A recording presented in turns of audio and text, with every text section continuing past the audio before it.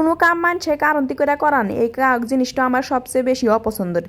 আমার নিজের যত কাম আছে সব কাম আমি নিজে করতে পছন্দ করি, হেটো যে কোনো কামই হোক নাকি। তে দর্জির কাম শেখার পর থেকে কোনো কোনো কিছুই আমি টেলারের থেকে বানাই নাই কে, আমি যে বা পারি গেগা গুজা হোক হেতা আমি নিজেই বানাই। তে অফিস আমি বেশিরভাগ বোরকা পরেই করি, সেই জন্য আমার বোরকার এলা নাগে বেশি। তে এই জন্যে আমি বোরকা নিজেরটা নিজেই বানাই। যদি রেডিমেড কিনবার নিগে নই হেরোর দাম বেশি পড়ে যায়, আবার দেখা যায় যে সাইজে হয় না।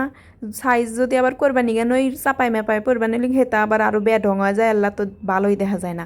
আর যদি মনে করেন এল্লা টেইলারের থেকে কাপড় কিনে বানায় নিবেন নন, তাইলে তো একটু বোরকা বানাই তিন কমপক্ষে হইলেও 2500-2600 টাকা খরচ পড়ে যায়। সেই জন্যে আমি যা পারি যেবা করে পারি যতগুনা বোরকায় আমি পরি ব্যাগটি আমার হচ্ছে নিজের হাতে বানাই না।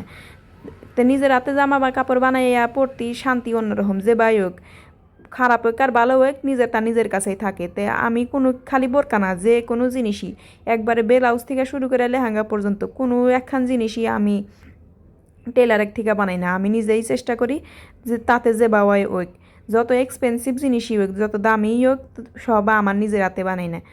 তে মেলাডি বোরকা আমার আসিল, তে ব্যাগটি প্রায় পুরানি হয়ে গেছে, কারণ অফিসে সারাদিন পইরা থাকি যে, আর অফিসে আমি বোরকা পইরাই করি। তো সেই জন্যে বোরকা এলা নাগেও বেশি। তো ব্যাগটি এলা পুরানি হয়ে গেছে, সেই জন্যে আবার আজকে একখান নতুন কাপড় কিনে নিয়ে আসলাম।